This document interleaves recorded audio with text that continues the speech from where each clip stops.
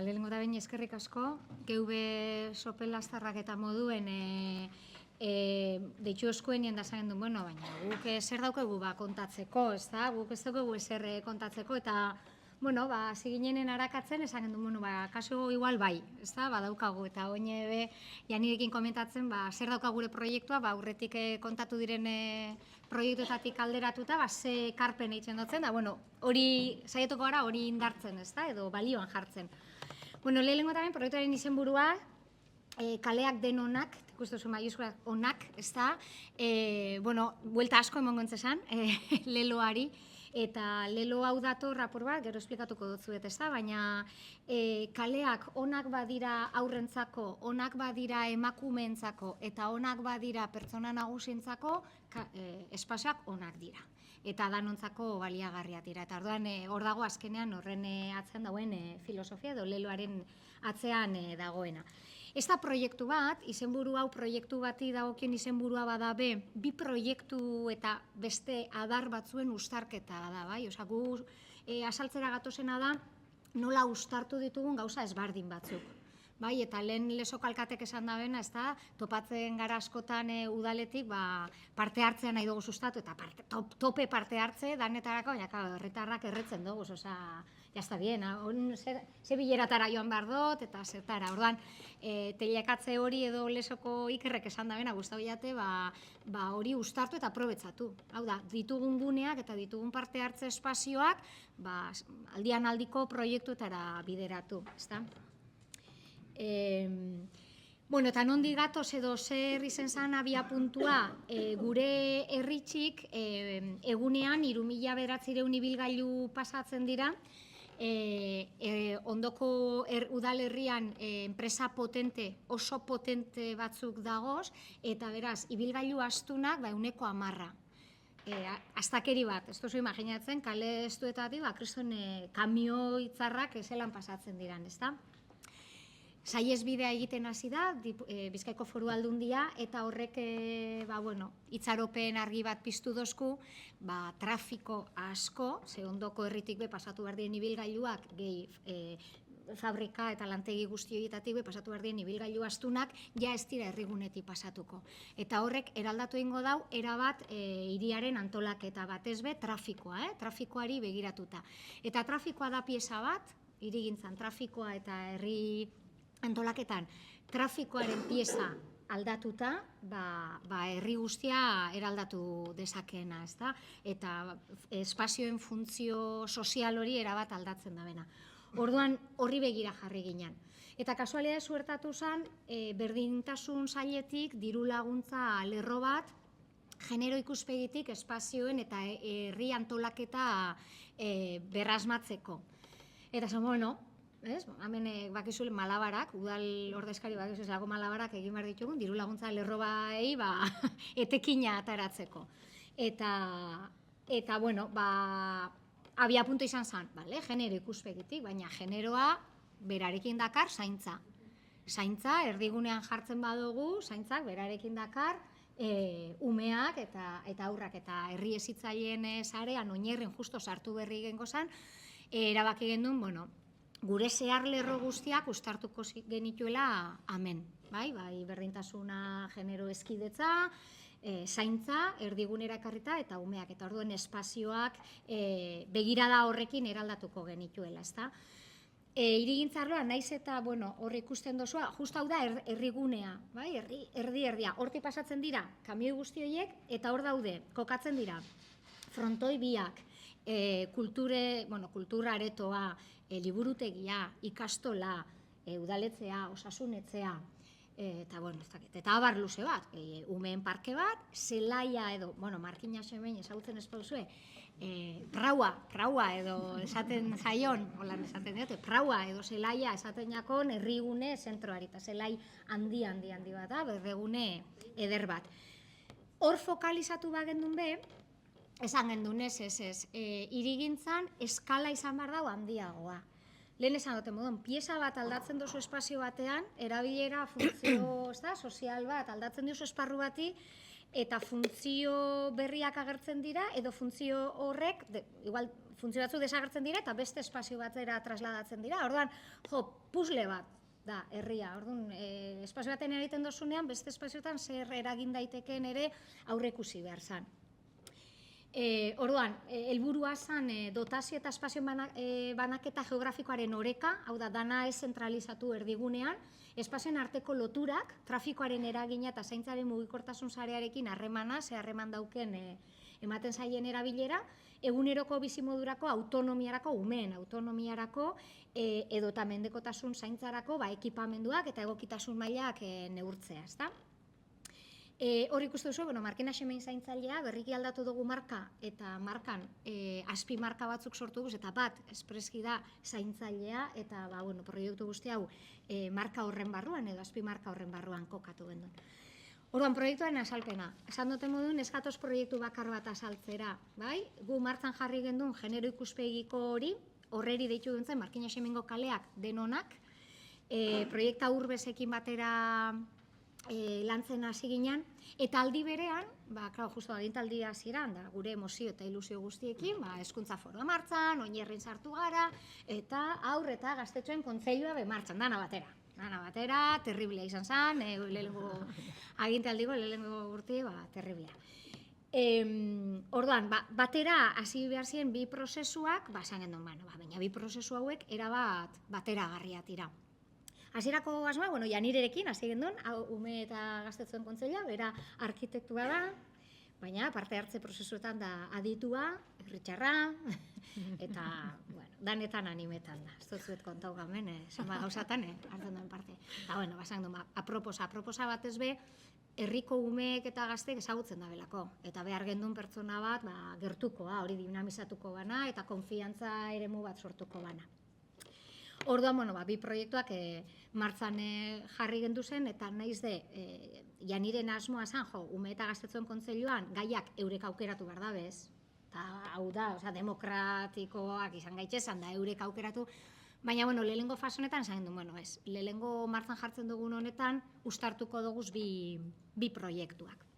Orduan, Markina Xemengo kaleak denonak prozesu horretan, ardatzak izan ziren, espazioen berrazterketa, espazio ezberdinena, irisgarritasun ikuspegitik, espazio aktiboak bihurtzeko ahalegin bat egiteko, seguruak, hau da, segurtasuna, justo gainera egin barri geungo zen genero ikuspegitik puntu baltzen eta espazio seguruen azterketa, trafikoaren babesa, ongizatea orokorrean, mugikortasunaren berrazmatze bat edo berplantamentu bat. Esan behar dut, ez dut esan, Markina Xemeinek ez dauka aparkatzeko eragozpenik. Markina Xemeinen, ez dago parkin problemarik, horrek zezagan nahi da, topekotzera edo zetako. Eta espazioak dira oso errazak, oinez joateko, eta hala ere, jenteak, ohitura handia dauka, kotzez mugitzeko herri barruan, da horrekin apurtu behar gendun. Oda, zailtasuna jarri behar dizkegu herritarrei herri barruan kotzez mugitzeko. Horregatik mugikortasuna. Eta erreprodukzio lana, zaintza eta umeen zaintza, eta elkarbizitza, ezta? Elkarbizitza segaitxik, ontxe kontauko dut, ezta? Genero ikuspegia, zaintza eta umeak, eta hor tartean ikusten gendun, genero ikuspegitik emakume migratuen kokapena zein zan herrian, eta ondorioz edo emakume migratu horien seme alabak ze kokapen eukien espazioetan, eta beraz ze inklusibidade mailan, ze integrazio mailan, horrek ze eragin euki zezakeen, eta elkarbizitzan horrek, eta gero elkarbizitza apur bat, Janiren ardatzetara pasatuta, aurreko agintaldian karteles josi izan herria debekatuta jolastea. Josita dago herria, baloiak, debekuak, eta orduan horreri aldatu nahi gendu, baina aldaketa esan, pausu emata kartelak entzea, ez bada, lanketa bat elkarbizitzan ikuspegitik.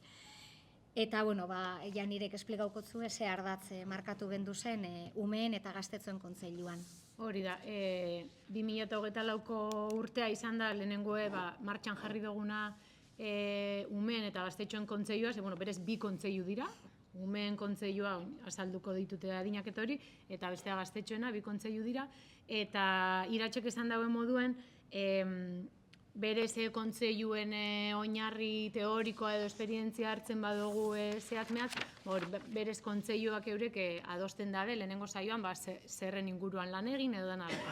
Baina egia esan, niri be ideia ona iruditzen jatela, aurten martxan jarteko lehenengo urtea danez, gauza tangibleen inguruan berba egiteak beti laguntzen dau parte hartze prozesuetan, ez da? Horren zaten, aurten kontseilua martxan jarriko egunez, aurten hasiko gara, eta gainera, udalak eta herri mailan badagoz beste parte hartze prozesu batzuk, eremu horretan lan egiten dagozenak, uztartu egingo dugu, baina aurren begiradara ekarrita, orduan aurren begiradara bazan autonomia eta segurtasuna landu genuen, aisialdiarako espazioak, aurren hirirako eskubidea eta bizikidetza, jolasaren debeku horren inguruarekin eta lotuta, eta mugikortasun eredua. Horrek izan dira pixkat, hori azalduko dugu, baina urtean zehar umeekin landu duguzan kontuak. Egia da, 2025ko jardunarekin hasi gara, pasadan ostiralean eduki gendun lehenengo saioa, hor bai, aurten gorako, aurten zuek erabakiko dozu, aber zerren inguruan. Eta egia da atara zirela gai batzuk jaietako programazioaren inguruan, barrakak, herriko beste antolamenduko kontu batzuk atera ziren, baina 80% izan zen, barriro be espazio publikoaren zaintzaren figura, azpiegituren eurentzako, orduan, ez ginen hain urruti ibili, hasieran, orduan, Hoxe. Bai. Eta gero beste lehen esan dut modun beste adartxo batzuk, eta beste adartxo horien artean dago Markina Xemin lagunkoia proiektua, bertzatote udalerri asko sartute zagozela, orduan talde motor bat oso potentea daukagu herrian martxan, eta aldi berean, epe honetan martxan bebai emakume migratuen ahalduntze tailer batzuk. Hoie guztiak uztartu genituen, eta prozesu honetan txertatu genituen, eta oso aberatza izen zen hori. Horrek suposatu ban proiekta urbezentzako, zenbat saio diferentetara etorri, hau da, sortu genituen saio bereziak propio horretarako, baina beste alde batetik sortu genduzen egitura genituenak martzan. Orduan, 3 mahai, esan daigun, herritarrak, gurasoak eta emakumeak. Baina, ezin izan 3 mahai, 3 saio ezberdinetan. Gurasoen gana hurbiltzeko esan gendu, gurasoi ez dotzegu eskatuko, ez dakiz ordutan etortea ez. Hurbilduko gara gu eskoletara, eskola bakoitzera hurbilduko gara egun ezberdinean, hurbildu daitezela eurek komodidadean dagozanean, patioan, eta hau da, gu saiatu gara, hori parte hartze hori sustatzen. Gero herritarren foro ireki bat begon zan, eta emakumen arloan bebai, emakume taldeagaz, eta gero emakume migratuen tailerrean parte hartzen ari zan, emakume espazio horretan, bebai. Orduan, hor irekia izan zan, espazioak guk eskendu zan aurre ikusi, bai batzuk, justo hori espazio erdiguneko hori bai, baina beste guztiak izan zen, ia sekurteten daben. Eta orduan, fitxa moduko batzuk, hemen ikusten diren fitxa horiek erabilita, egin zen, 12 gune baloratu ziren, azkenean, eta 12 gune espazioz, ez dire parkeak bakarrik, danetarikoak, baloratu ziren ikuspegi ezberdinetatik ze funtzionalitate daukan, emakumen presentzia, edo adineka bebai, espazio horrek ze adintarteko erabilera daukan, inkluso 3 hitz eskatzen jakun bebai, 3 hitz espazio hori definitzeko, eta bar. Eta, horrek emoban, beste 12 fitxa, horre azpian dagozenak, definitzen dabenak espazioa. Eta orduan, espazioaren definizio horretan, grafiko horrek emote ban, ze falta zan, zer falta jakon espazio horri, valorazio horretan, ez da? Hoxe izan zen apur bat emaitzak, labur-labur. Evaluazio fitxa horiek, nork erabiltzen dauen, ze jarduera mota egiten da, ze valorazio eta 3 hitz. Eta sortzen zen espazioaren fitxa. Eta hortik ondorio batzuk ateratzen dira, lekuari buruz eta zer hobetu. Eta gero proiekta urbezek berak emondozkuz proposamenak. Ez di proposamen zehatzak bez, baina bai emoten dozku ideia batzuk, espazio horietako bakoitzan zer hobetua, bai? Hemen bai generoaren ikuspegitik, batez ere, ez da datuak, horretara ganea diru laguntza espezifiko bat erabili gendulako horretara, gero bertan uztartu zituzten beste plan batzu, bai lagunkoia edo bai PAP, dala Urko ibaiaren paisaia plana, egin barri geneukola, orduan, beti be, egin da geneukona eta egin da genitu hainbat plan eta hainbat proiektu bertan uztartzea. Eta proposamen batzuk eitxe oskusanak, ez oso zietzak, baina ja ideia batzuk nondik nora jo algendun. Eta, bueno, gero baloratuko guzelako parte hartzea eta hori.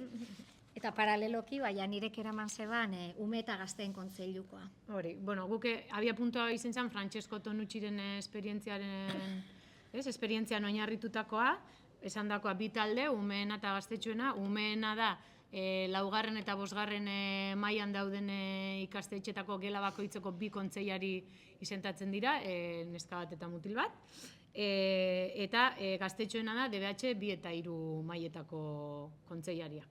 Bai, orduan beti dago maila bat barria dana, DBH 2 edo LH laun sartzen dirana barriak dira, baina bigarren urtean, 2 urte egiten dabez kontseilariak. Orduan, lehenengo urtean barriak dira, baina hurrengo urtean ja esperientzia daukat eta orduan taldean uztartzen dira freskotasuna eta ia pixkat funtzionamendua bai.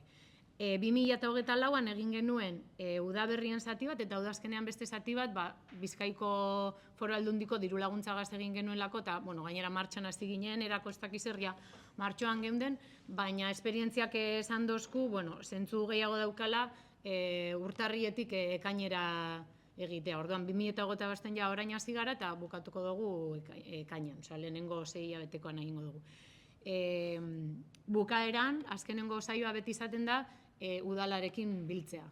Lehengo udaberriko saioen bukaeran egin genduen lurralde batzorde informatiboarekin bildu, bertan udalean, eta oin falta jaku bigarren udazkenearen lanketaren ostean barriro be elkartzen, arkitekto faltan gaude momentu honetan udalean, eta orduan atzeratu da apur bat, baina egiten da lanketa kontseiluan eta gero azkenengo saioa beti da trasladatzera joatea eta udalaren eta kontseilarien elkarrizketa hori ematea.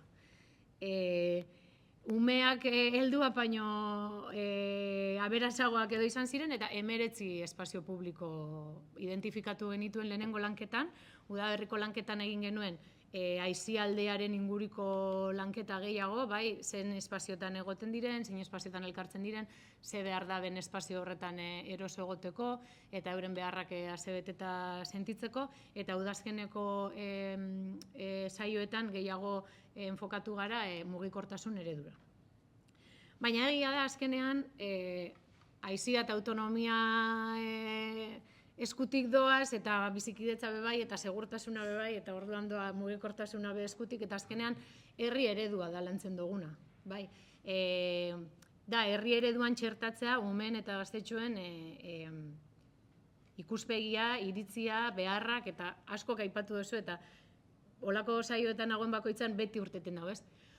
Pentsetan genuen, ez? Umei, gaztetxoi galdetu, baina azkenean iturriak, berdegunea, bankoak, azken, gero kontatuko dugu, baina azkenengo saioan umeak ez dakiz, ez. Umeak dakite, daukie empatia pila bat, daukie, hori Tonutzik esaten zuen, ez?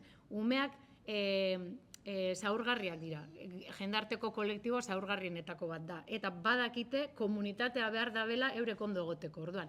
Badakiten ez komunitatea behar dabela, ez dabe bakarrik eurengan pentsetan dabe eurengan eta komunitatearengan. Orduan, egia da ateratzen direla, akuariuma, ez dakizer, badakizer, ze irudimena be daukie ikusgarria. Baina lanketa sakon bat egiten hasten garenean, ateratzen diren gauzak dira zentzuzkoak oso. Orduan, hori, emaitzak lurralde batzorde informatiboan trasladatzen doguz, eta gero valorazioan esango dugu, baina eurek oso baloratuta sentitu dira lehenengo urtean, aintzat hartuta sentitu dira, herritar moduan aitortuta sentitu dira, eta eurentzako oso valorazioetan behin da barriro esaten da bena, hori da.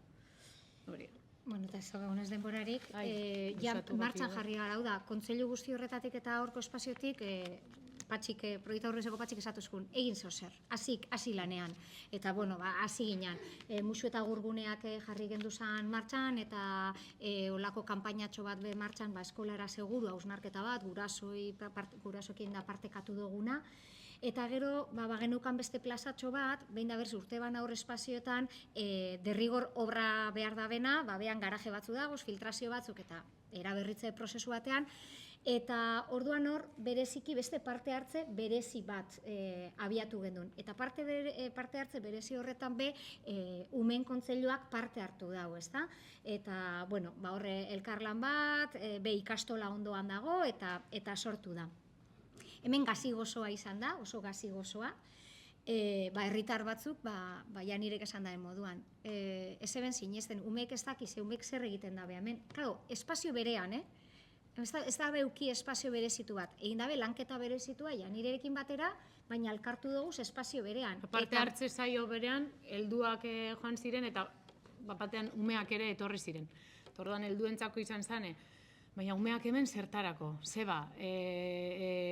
Bueno, gero ondorioetan esaten dugu, kontua da gainera lehen Mikelek esan dago, ez? 21 parke genituen eta igual gehiegi ditugu eta ez nik etxe ondoan nahi dut. Bueno, gure herrian kontrakoa gertatzen da. Ez dakiz zergatik, inork ez du nahi parkea bere auzoa, bueno, inor badaude auzo batzuk, baina askok ez dute nahi parkea haien auzoan eta are gutxiago ez dabe nahi umeak euren auzoetan jolasten egotea. Orduan hori daukagu, herria hemen ezin da jolastu karteles josita, pilotak kurutzatuta, ez dakiz zer. Orduan hor badakigu, badaukagula lantzeko gauza bat, eta Zabala plaza izan da, tokatu zaiolako, hori, egin behar zalako eraberritzea bai ala bai, lehenengo gunea, arazo, bizikidetza, arazo hori mahai gaineratu dana, ez? Atara dana. Eta, bueno, lanketa ez da erraza, batzuek jolasa zaratarekin lotzen dabe, eta orduan zaratarik ez dugu nahi, gure osasuna kaltetzen dau zarata horrek, eta orduan umeak beste nonbaitera joan daitezela jolastera. Eta aldiz, umeen ekarpena da, empatia handiarekin, bueno, guk gu jolasten dugu, eta orduan jolasten dugunean zarata egiten dugu, segun eta ze jolasetan, bueno, ume txikiarentzako aretoki bat jarriko dugu, pertsona nagusiak ariketak egiteko elementu nola da hori? Mekanikoa. Hori da, bai. Eta gutzako, bueno, igual holan, anilla batzuk edo holan pixkat mogidu alizeteko, baina, bueno, badakigu futbolan ezin dugula egin, badakigu harrapaketan ezin dugu, ikusteko, bueno, ondino... Bai, nahiko gazi gozoa izan zen azkenengo saioa, oindala berrik izan dana, eta nahiko xokaz amaitu gendun saio horren ostean, eta ostera janirek aurreko astean balorazioa egin debanean umeekin, umeen begiradak, bueno, esperantza piztu osku, ez da, gazi gozoa helduentzako izan zana, dinamizatzailean, saio hori dinamizatzen egon zirenentzako, baina umeek ez dutzen aparteko garrantzirik emon bertan gertatu edo eurek bertan jaso eben horreri, ez da? Egon ziren, hori, heldu batzuk oso egozkor, umeekin parte hartzea partekatzera, umeak ez dakixe, umeak ez dabe ulertzen, eta orduan nahiko desatzegin egon ziren umiekin, baina umiek egin zeben irakurketa zen, bi pertsona egon die jarrera desegoki bategaz, bez bakarrik gugaz, beste batzuekin bebai, oso jarrera itxia euki dabe, baina gu super gustora egonga parte hartzen helduekin, jasoten azalpenak, eta bai nahi dugu barriro jun. Orduan, ez zelako irakurketa zentzudunak egiten dabe esan, ez? Orduan, nolan, ondo egindakoen artean, igual markatuko geunke kontseilariak eta umeen parte hartzea ustartu dugula helduen erabaki gune formaletan. Hau da, bai sortu da, gune bat eurentzako, ustartu dugula helduek diko guzan egunetan, lurralde batzorde informatiboan, eta kasu honetan bizilagunekin batera egiten den parte hartze, eta hori nik ustot oso positiboa. Eurengan bai dago, bai pizten da parte hartze kultura, baina herritarrengan piztu behar dugu begira da umeek herritarra direla. Umeak herritarra dira, eta euren parean dago zen herritarra dirala, eta horretan lan handia dago, horretan ondino lan handia dago. Eta gero hobetzeko ez, baina zailtasunen artean sinesgarritasuna, sinesgarritasun gitzi ematen jakiela beti umei, umei planteatzen dituzten horiek dira fantasia, eta igual ez dira fantasia, eta ez da Euro Disney ez da beskatzen jartea. Niot, ez dakit. Bai, eta hori, igual lehen komentatu dena parte hartze Sopelako alkateak esan dago, ezta? Parte hartzea aukera ematen da, baina batzutan erantzuna, eta, bueno, adibidez denonak prozesu honetan, umea kontseiluetan lan egiten zeuden bitartean, umeen gurasoei gonbitea bidali zitzaien, helduen parte hartze eremuetan parte hartzeko, familia berean, pertsona desberdinak parte hartzeko, eta familia artean ere, eztabaida horrek egoteko, eta, bueno, oraindik falta da. Nik uste dut proiektu oso pedagogikoa dela bai, pedagogikoa bai parte hartze kultura falta delako eta ikasten gaudelako, bai aurrak herritar osotzate hartzen falta zaigulako, bueno, erronka polita. Eta lagungarriak izan dira, enpresak eurek parte hartze prozesutan oso adituak izan direlako, bai Janir eta bai Proiekta Urbez, eta Foru Aldundiko parte hartze laguntzez gain, ze horiek erabili ditugu aurren eta gaztetxoen kontseilurako, erabili doguz bai berdintasun saileko diru laguntza batzuk herri antolaketarako eta gero osasun sailekoak ere berriki jarri dituenak eta emon dozku, hau da, Zabala plazaren eraberritzerako horrek erabili doguz eta emon indozku ontxe justifikazio epea da oin. Esan dut, badagozela beste aukera batzuk, ez bakarrik parte hartze sailekoak. Eta, hoxe, eta bueno, Eta nik gehitu dut borondate politikoa gehitu dut, nik hori iztot esango dut nik. Azkenean, borondate politiko barik ezin diolako proiektuek martxan ipini, orduen hori bebai.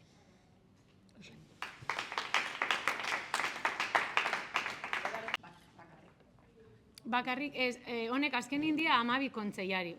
Adibidez, jolastokiko parte hartzea egin genuen gela danak parte hartu ben.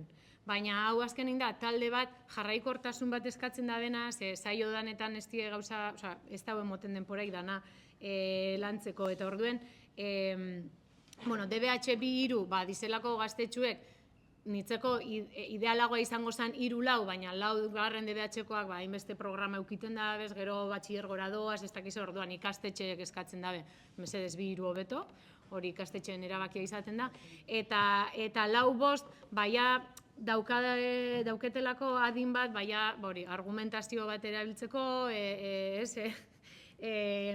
imaginatzeko, irudikatzeko, txikiagoekin benik lanketa pilo bat egiten doaz parte hartze beste prozesu batzuetan, baina desberdina da. Baina honek eskatzen dau, igual, diskurtso baten sorrera, beste, orduan, hori da tonutxik gomendatzen dauen adina, eta gu be ados egon ginen, bai.